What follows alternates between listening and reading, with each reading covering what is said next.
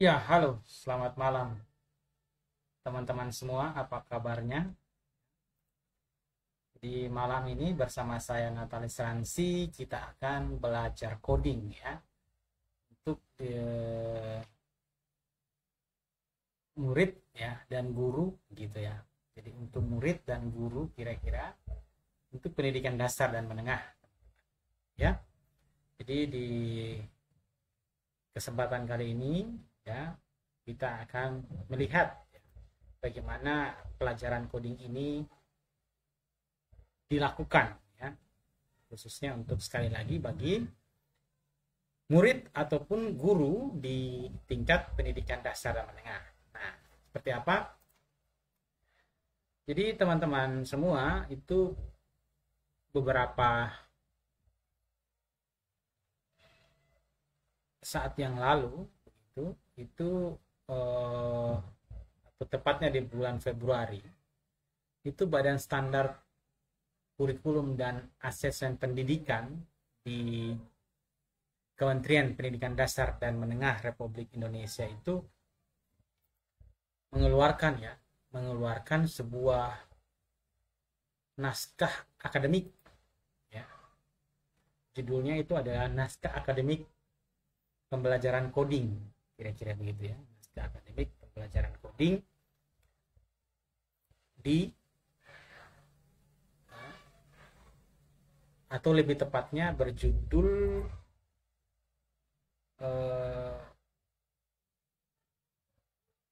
naskah akademik pembelajaran coding dan kecerdasan ya, artifisial pada pendidikan dasar dan menengah. Begitu kira-kira teman-teman ya. Jadi kita akan belajar coding ini ya,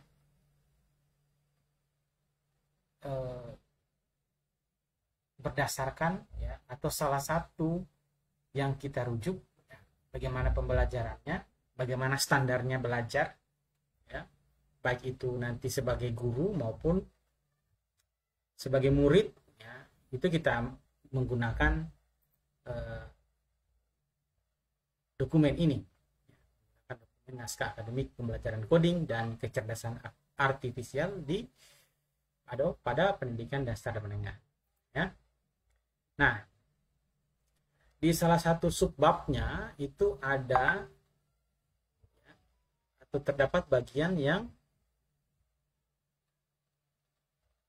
menjelaskan mengenai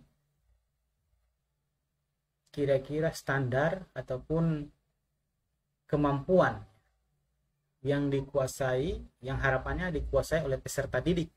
Di sini ada dimensinya tentu saja coding. Jadi di dokumen ini ada dua hal yang dibahas mengenai coding dan kecerdasan artifisial ya. Hanya pada kesempatan kali ini karena judul kita adalah belajar coding, maka kita mengambil saja dimensi tentang coding. Nah, oke. Di sini kalau kita lihat di dokumen ini untuk SD atau MI ya, madrasah itu harapannya dengan belajar coding ini siswa itu atau peserta didik ya, murid tingkat SD itu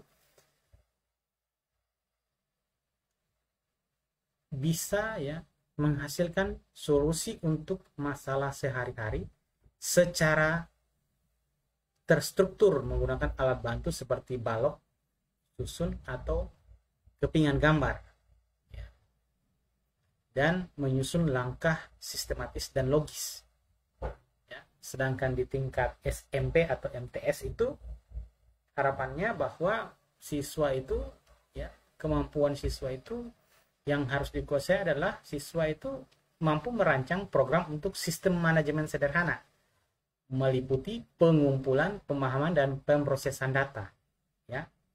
Jadi semoga teman-teman bisa selalu memberikan juga support. Ini kita akan membahas ini teman-teman ya, yang SD dan SMP atau MTS dan SMA nah, ya, MA, SMK atau MAK ya. Di sini dilihat bahwa untuk siswa SMA itu dia bisa merancang program berbasis teks lebih kompleks dengan tambahan fungsi dan modul, ya.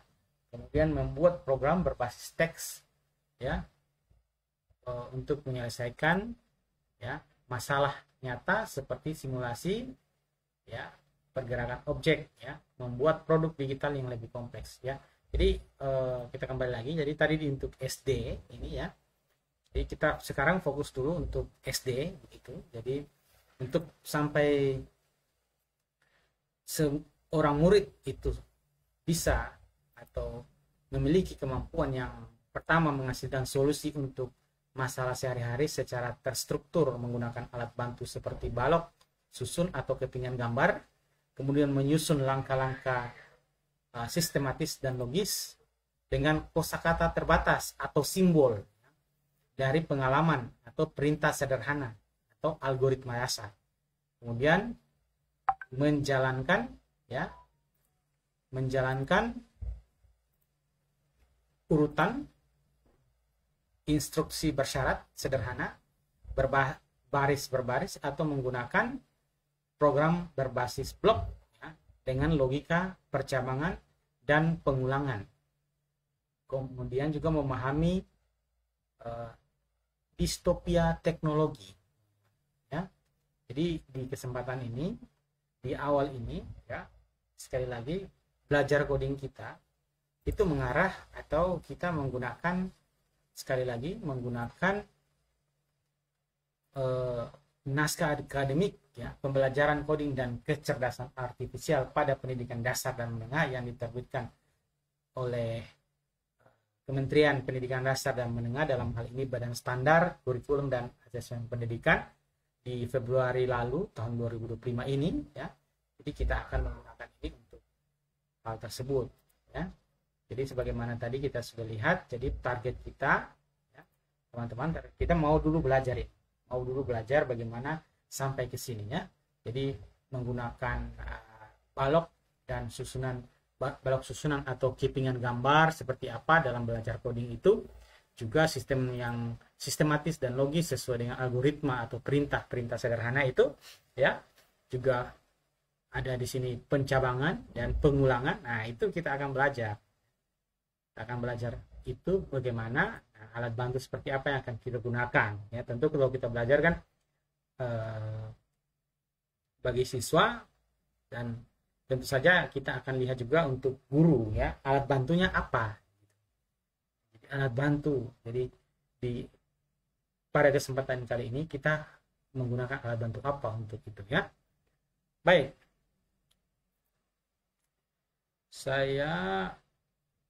Kita akan siapkan dulu, ya. Kita akan siapkan dulu bahannya lagi.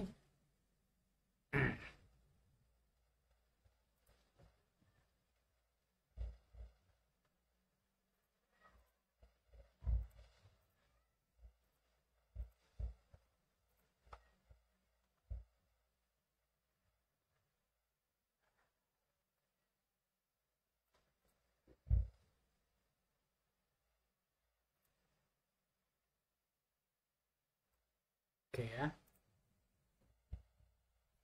Coba dulu untuk presentasi.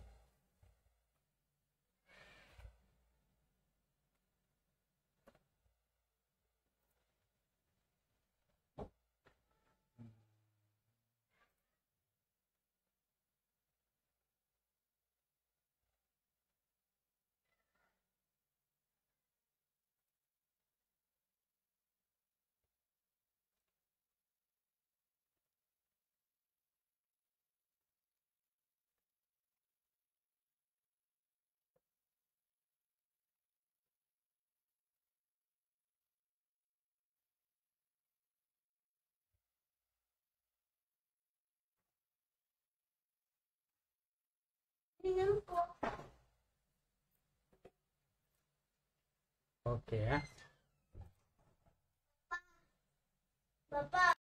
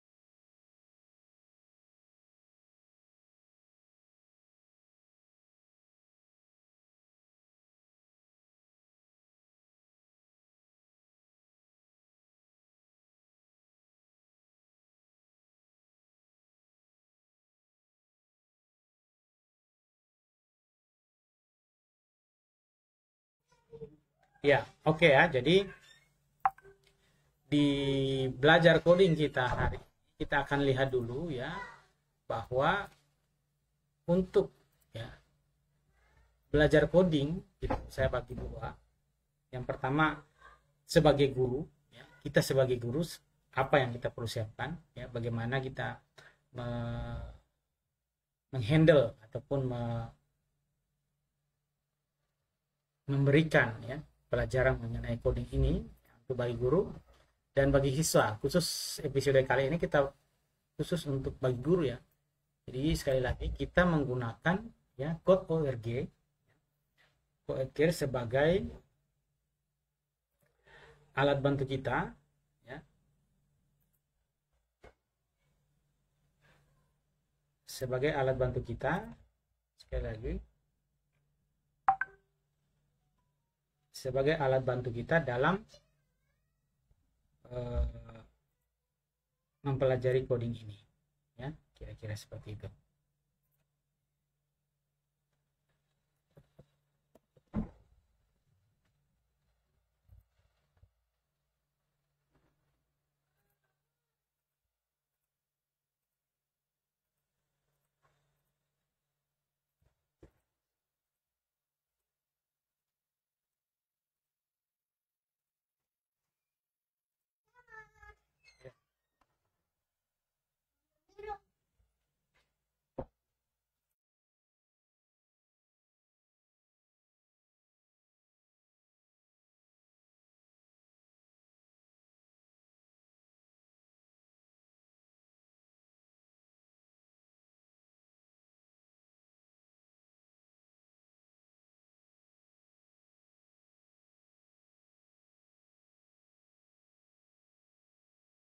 Sebagai guru untuk Code.org itu teman-teman bisa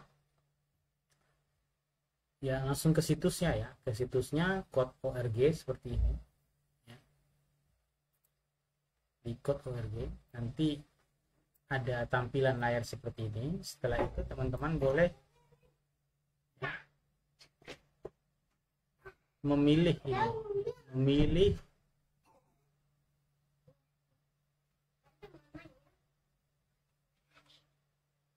ya, diklik create account dulu ya. Klik create account seperti ini ya.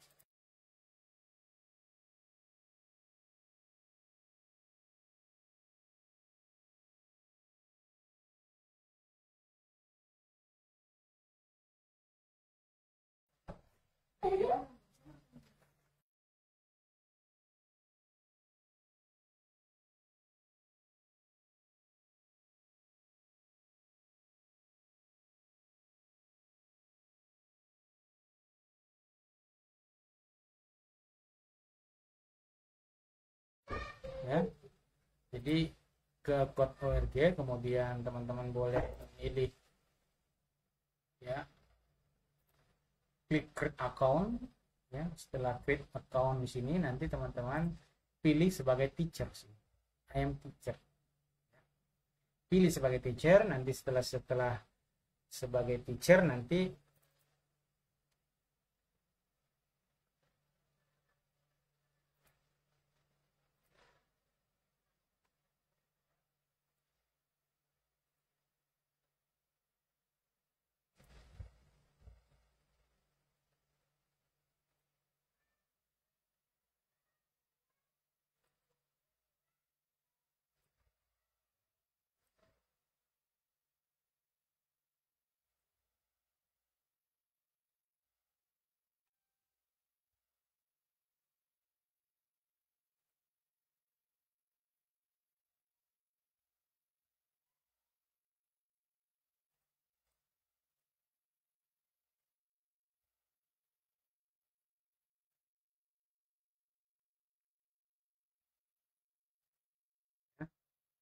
setelah teman-teman klik di sini ya,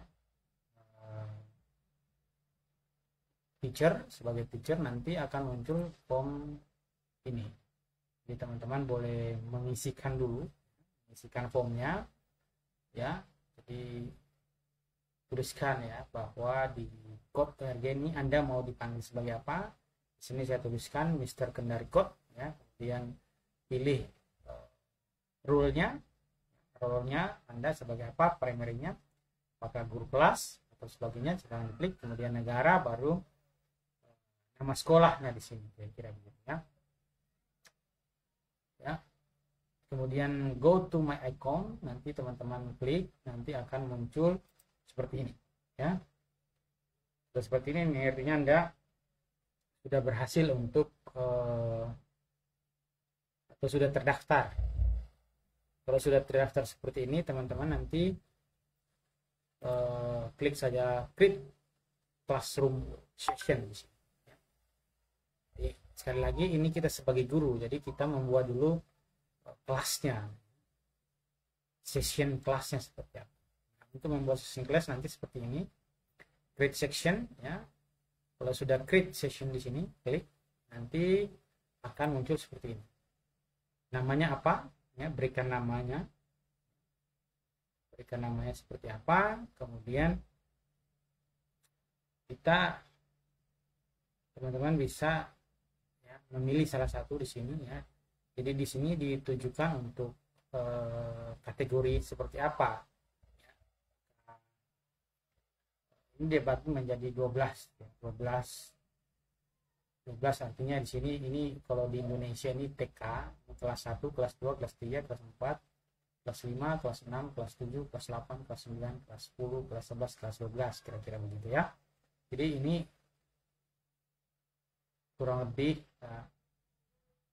disiapkan ya untuk ini elementary school, middle school, dan high school, kira-kira seperti itu ya. Jadi kurang lebih sesama dengan kurikulum yang ada di kita ya. Nah setelah ini nanti teman-teman boleh pilih ini ya. Ya.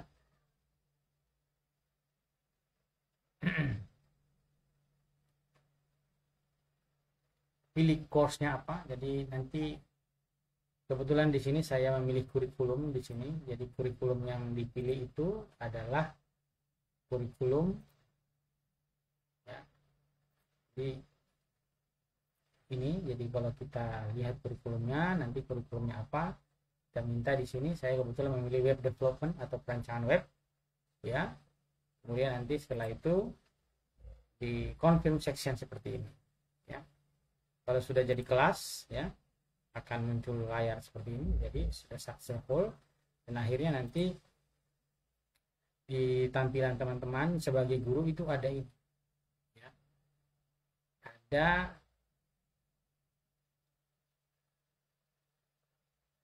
ya kelas ya, classroom section ya, nanti ada seperti ini.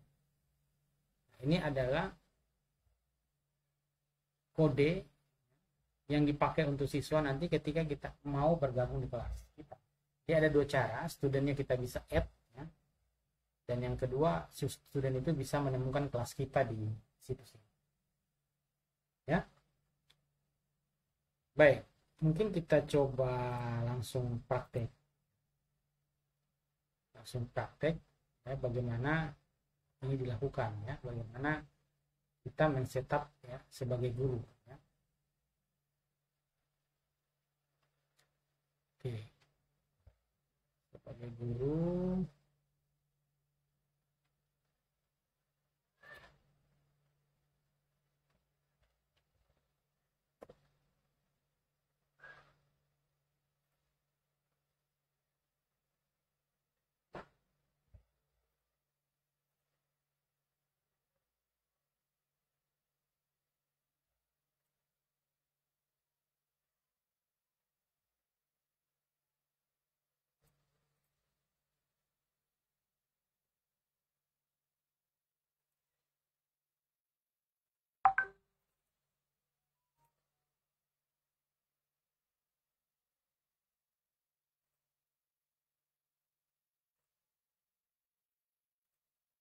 oke ya. Jadi kita lihat di sini misalnya ya,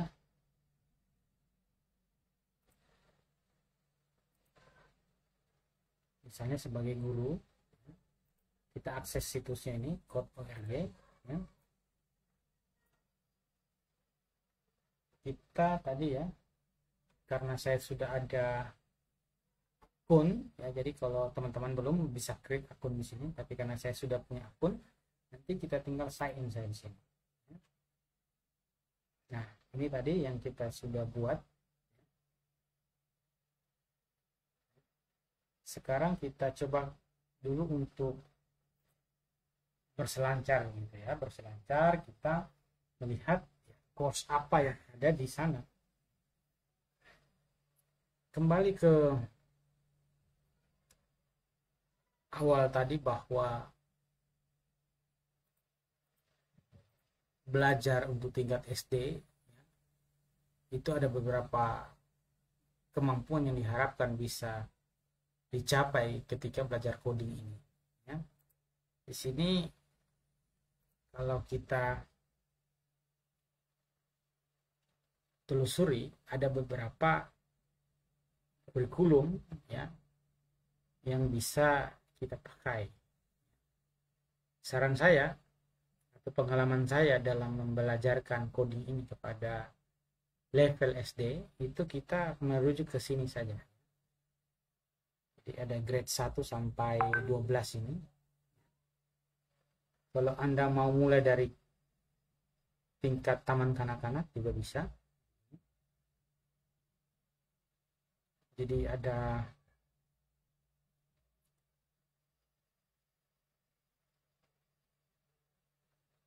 computer science fundamental ya, amplop ya, bentuk yang bisa dilihat. Ada juga course A sampai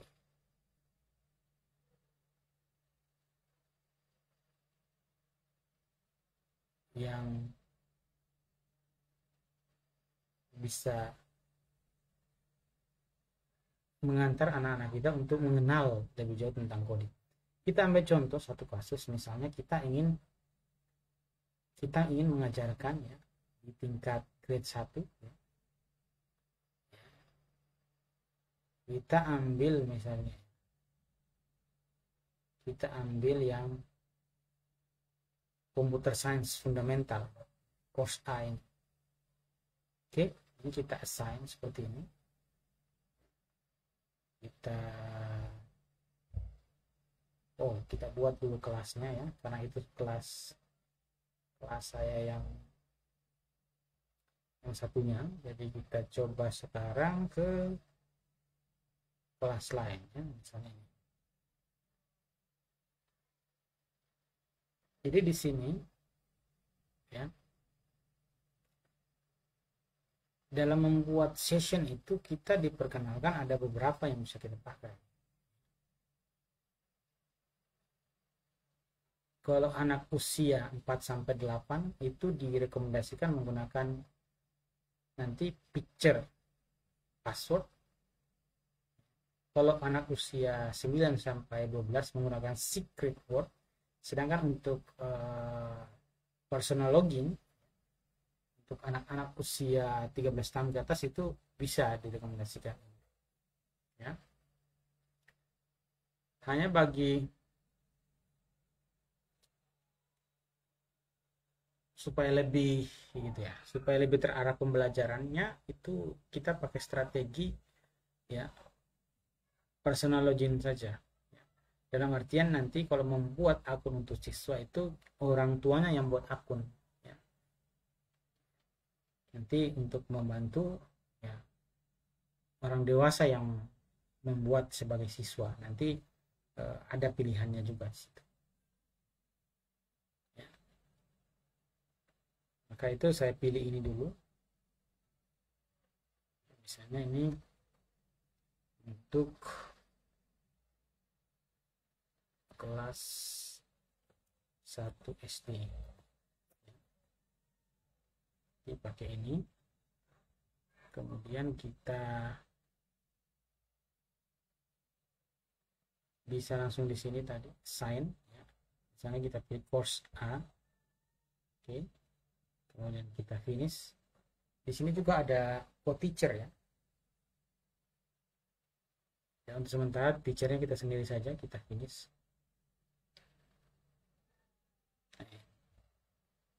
Ya. Oke. Jadi di kelas 1 untuk course A ini, kelasnya kita ini, ya, nanti kita bisa melihat progres gitu. Progres pengerjaan dari siswa kita, ya, project-projectnya, ya, text responnya dan lain sebagainya, ya. Nah, untuk menambahkan siswa, jadi ini ya, ini dia punya materi.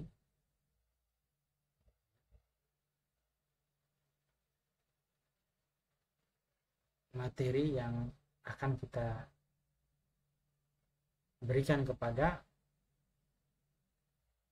anak-anak kita. Jadi sebelum kita berikan, tentu saja teman-teman yang bertindak sebagai guru ya itu mempelajari ini dulu ya.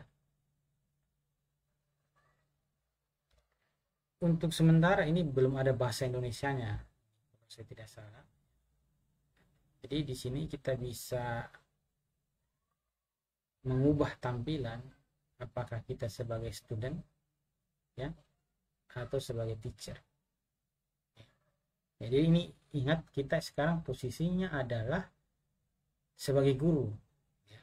Sebagai guru maka ada beberapa tools yang kita bisa akses di sini. Salah satunya kita bisa melihat nanti siswa kita itu ya progresnya sampai di mana ya. Mari kita kembali dulu ke sini, kita lihat dulu beberapa fitur yang ada di sini. Misalnya kalau kita lihat di sini ya teman-teman mahasiswa ya, teman-teman semua, di sini ada 5 materi utama ya.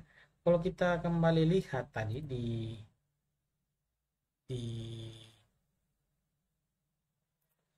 apa yang disarankan ya, apa yang disarankan oleh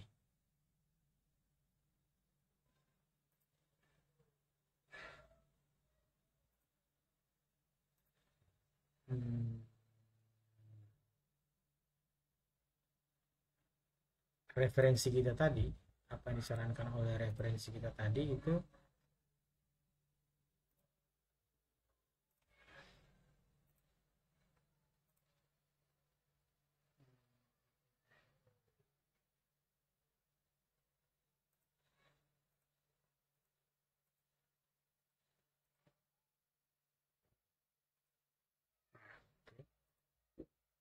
apa yang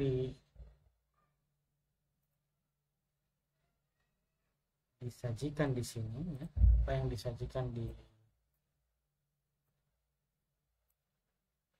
referensi kita tadi. Jadi di sini ya, jadi alat bantu seperti balok, susun dan kepingan gambar. Kalau ambil teman-teman di sini ya. Jadi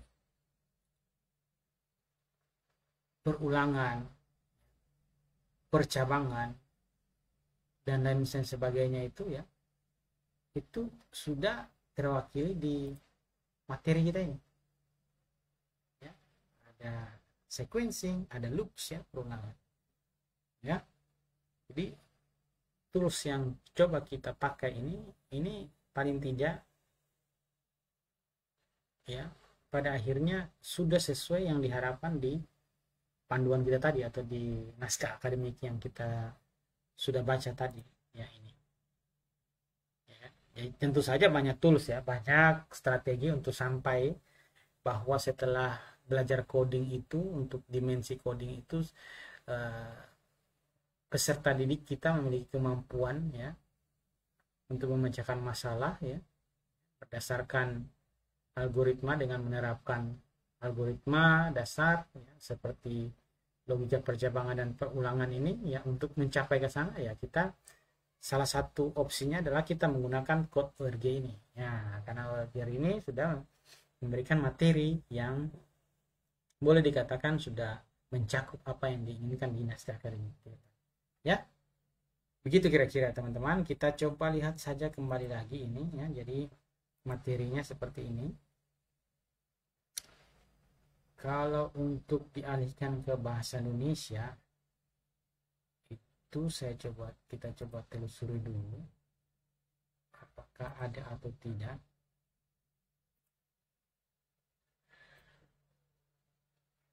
Ini ada ya. Ini sepertinya ada. Kalau ada, mudah-mudahan ini ada bahasa Indonesia. Jadi teman-teman bisa mengalihkan ke bahasa Indonesia. Ya. Jadi dipilih tadi, nanti di bagian bawah sini ada bahasa Indonesia. Ya. Jadi materinya seperti ini tadi. Ya. Ya. Sini ada on out ya, dan lain sebagainya. Ya. Gitu kira-kira. Jadi kalau kita lihat di sini sebagai guru, maka lihat rencana pelajarannya ya. Jadi sudah ada di sini. Ada juga ada AI asistennya nih. Wah, ini mantap, ini bisa kita pakai. Nanti kita explore ya, tapi sementara kita cukup dulu untuk melihat materi-materinya di sini ya. Nah, ini. Jadi separuh belum diartikan ya. Jadi dengan tahapan 1 ini 40 menit ya. 40 menit, dengan 40 menit ini maka ini siswa akan bisa ini ya. Akan bisa untuk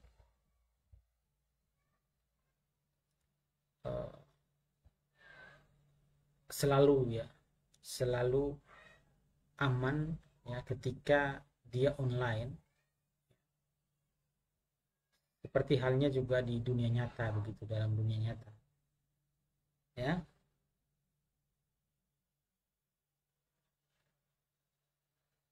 Dan di sini juga ketika sudah menyelesaikan materi ini, nanti siswanya itu diharapkan ini, harapkan bisa mengetahui ya, aturan-aturan bagaimana traveling di internet itu yang aman ya, kira-kira begitu. Jadi ini materinya.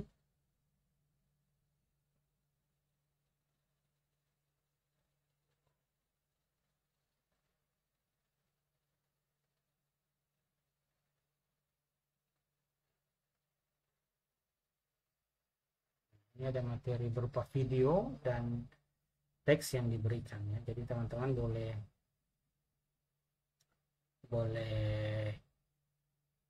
mengeksplorasi dulu sebelum mengajarkan ke siswa. Jadi intinya bahwa setiap mata pelajaran yang sudah diberikan di sini itu sudah ada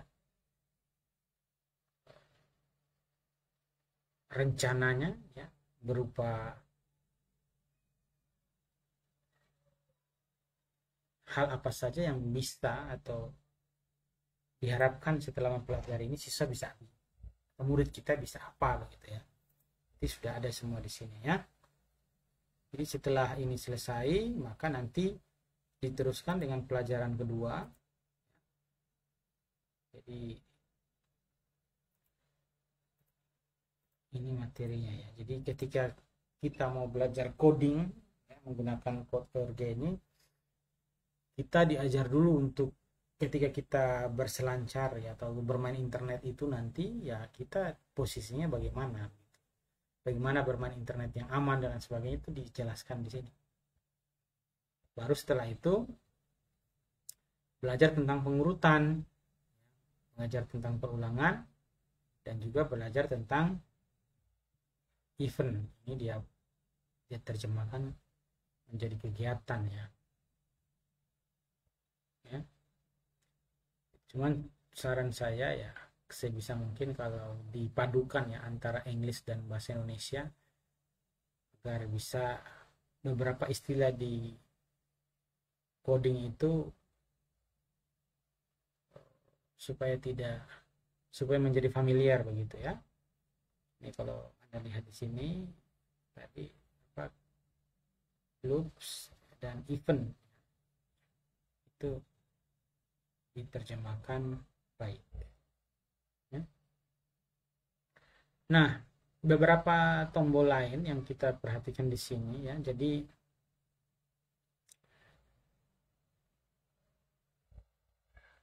ada beberapa notasi yang perlu kita tahu juga di awal. Misalnya kalau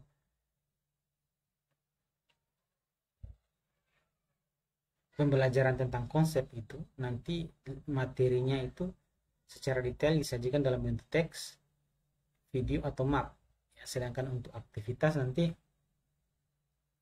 berupa penugasan, berupa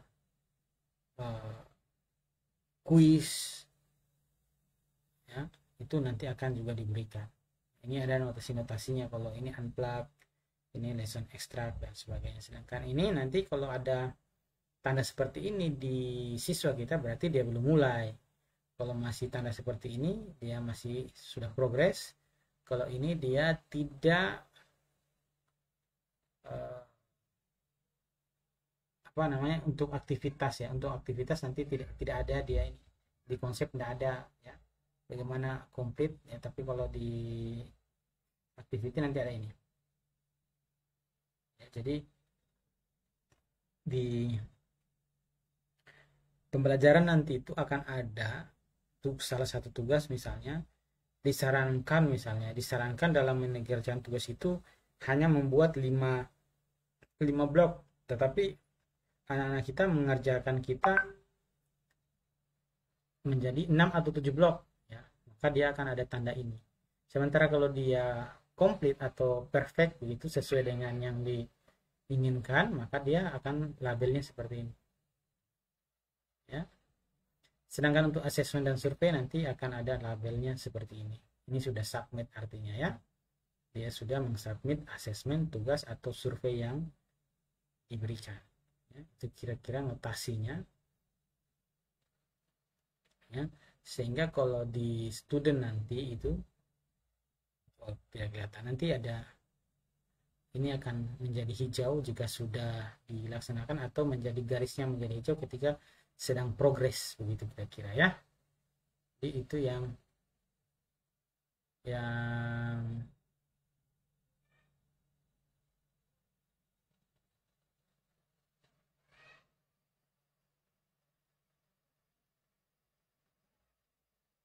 diberikan ya. Oke, sekarang kita langsung saja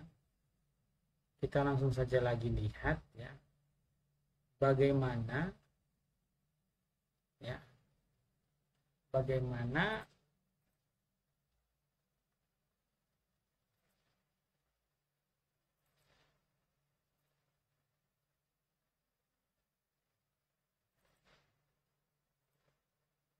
bagaimana kita sebagai siswa mengakses. Jadi ini tadi kan kita sebagai guru ya, kita sebagai guru, saya kembalikan dulu lagi, kita sebagai guru ini kita sebagai guru. Jadi kalau kita sebagai guru ambil dashboard kita nanti akan ada seperti ini ya. Ini nanti studentnya kita belum ada, jadi nanti studentnya kita akan mengakses ini ya. Kita ini berikan ke kode ini, kita berikan kepada siswa kita, dan siswa kita nanti akan login juga, saya persiapkan dulu.